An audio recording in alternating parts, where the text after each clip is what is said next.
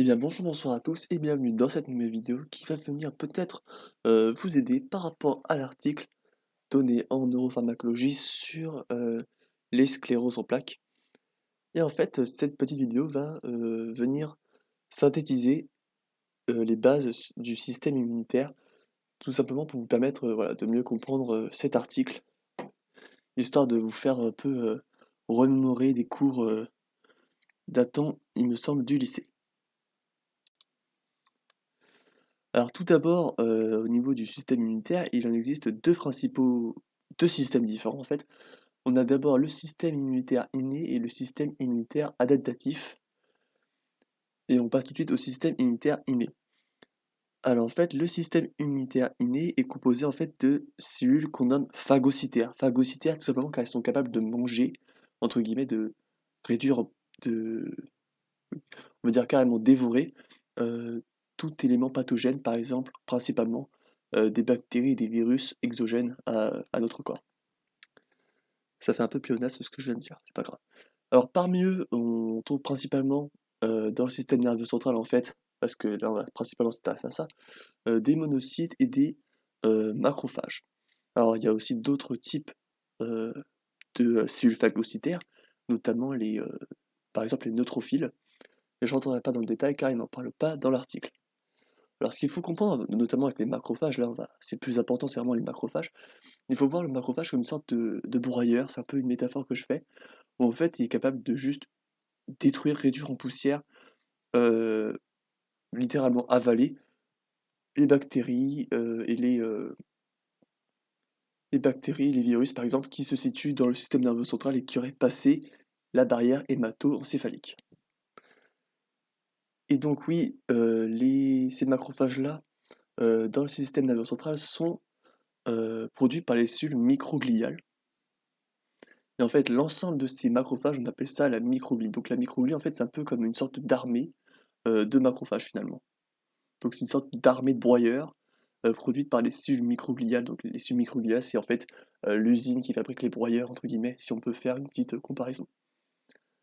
Et ces cellules microgliales appartiennent aux cellules gliales. En fait, les cellules gliales, ce sont des cellules dans le système nerveux central qui, en fait, ne permettent pas la transmission d'informations. Ils permettent surtout la formation et la structuration des neurones. Donc en fait, ils sont utiles aux neurones, sans pour autant accomplir leur rôle, c'est-à-dire de transmettre l'information. Alors ensuite, après avoir parlé de ces petites cellules phagocytaires, on va passer ensuite à l'immunité adaptative, qui est possible grâce aux cellules dendritiques. Les cellules dendritiques, elles, en fait, euh, appartiennent, appartiennent au système immunitaire inné, et en fait sont capables de reconnaître de quel type de pathogène il s'agit. Donc eux, en fait, ils vont permettre d'aller vers le spécifique. Donc en fait, les monocytes, les macrophages bouffent en fait toute bactérie, tout virus, tant qu'ils sont exogènes, ils s'en fichent de savoir quelle est la bactérie précise. Ils la mangent et puis c'est tout globalement. Alors que les dendritiques, eux, s'intéressent en fait, sont capables de détecter et de reconnaître quel type précis de pathogène il s'agit. Et donc les cellules dendritiques, en fait, ils n'en parlent pas dans l'article, mais c'est quand même important de comprendre. Ce sont elles qui nous permettent de passer de l'immunité innée à adaptative. L'immunité adaptative, c'est surtout quand la maladie avec le pathogène dure, en fait.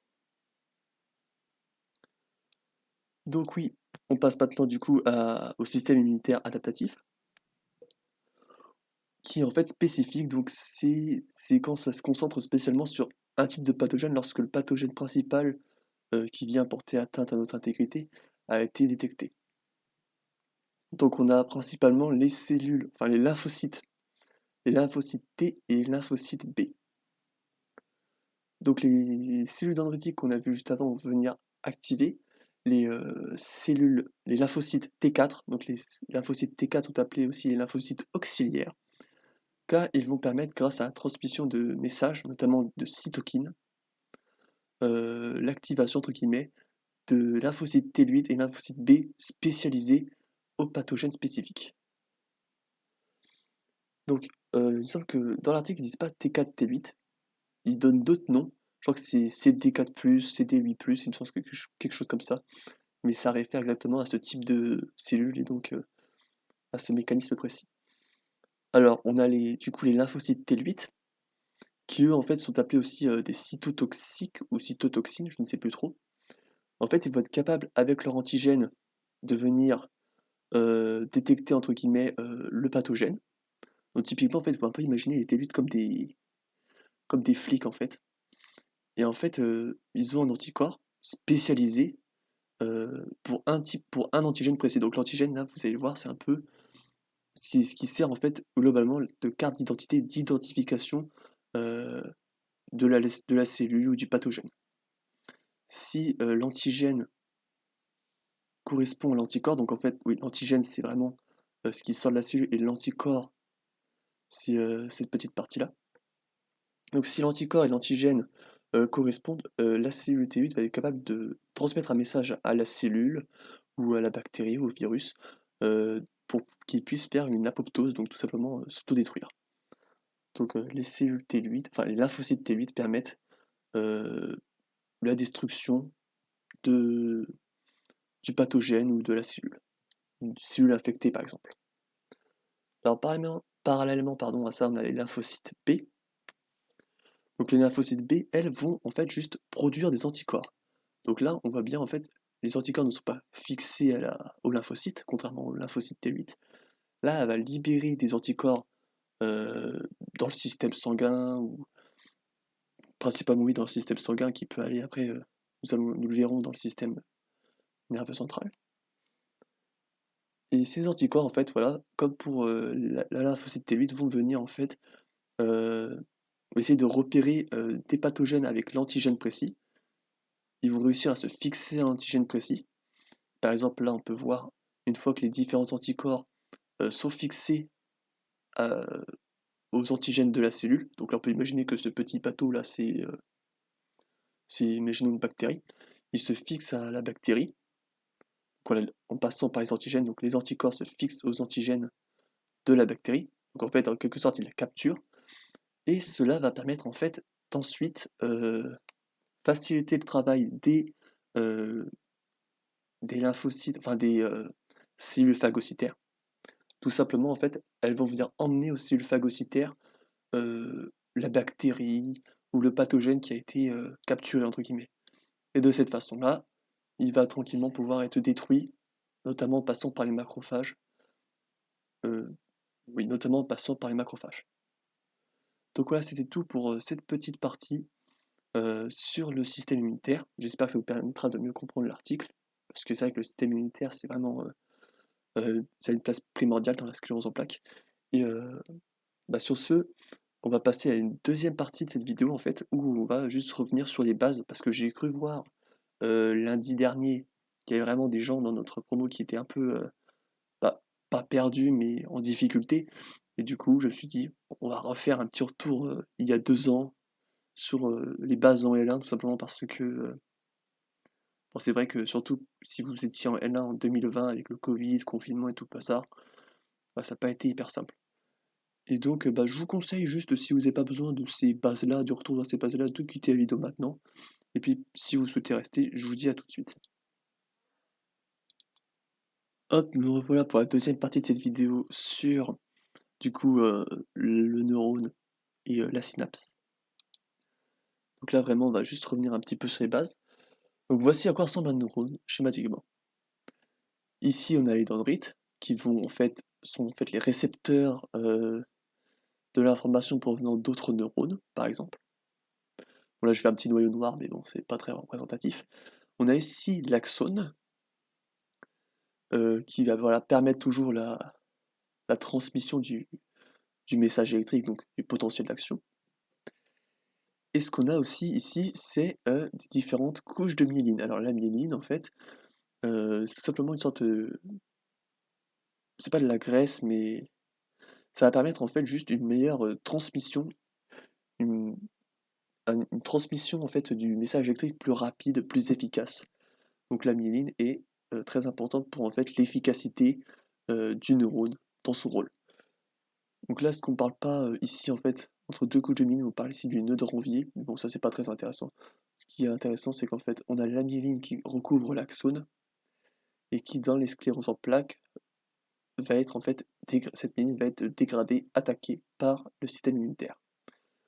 Donc la myéline aussi, ce qu'il faut savoir, c'est qu'elle est produite par les oligodendrocytes, qui appartiennent encore une fois aux cellules gliales. Donc voilà, ces oligodendrocytes créent cette myéline, notamment au cours de l'enfance, ce qui fait que, enfin, au cours du développement, vous savez, avec le, le principe proximodistal, avec, disons, l'amélioration, enfin, comment dire, oui, la myélinisation des articulations, on a déjà vu ça en développement.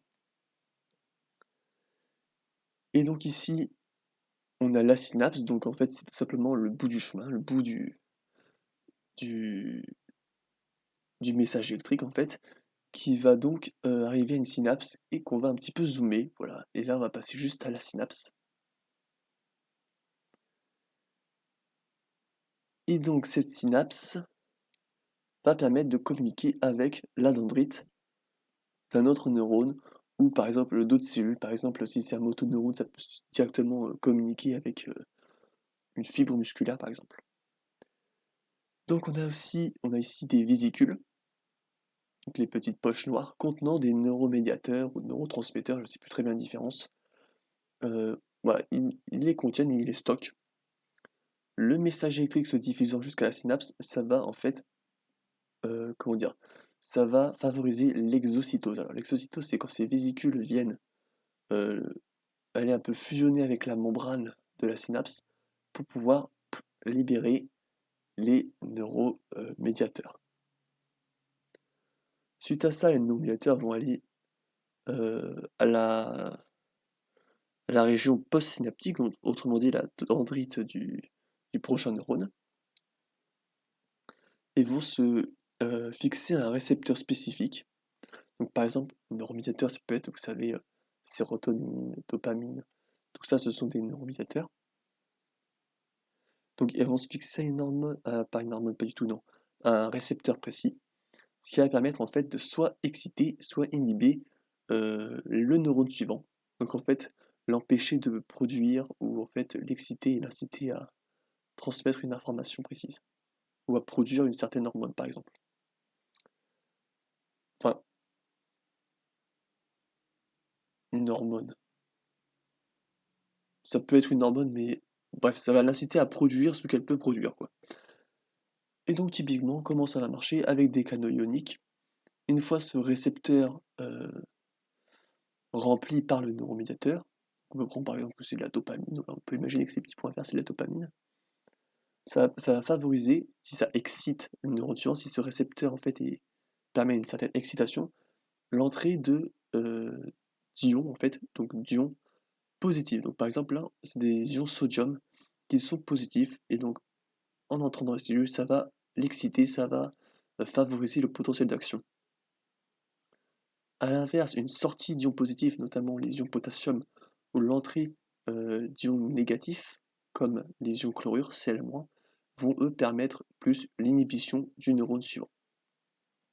Mais là, encore une fois, tout dépend en fait du canal ionique. Et là, juste pour finir, on a aussi les astrocytes. Alors les astrocytes, ça fait partie encore une fois des cellules gliales. Donc ces petites cellules gliales qui en fait vous permettent la régulation, la structuration, le bon fonctionnement des neurones.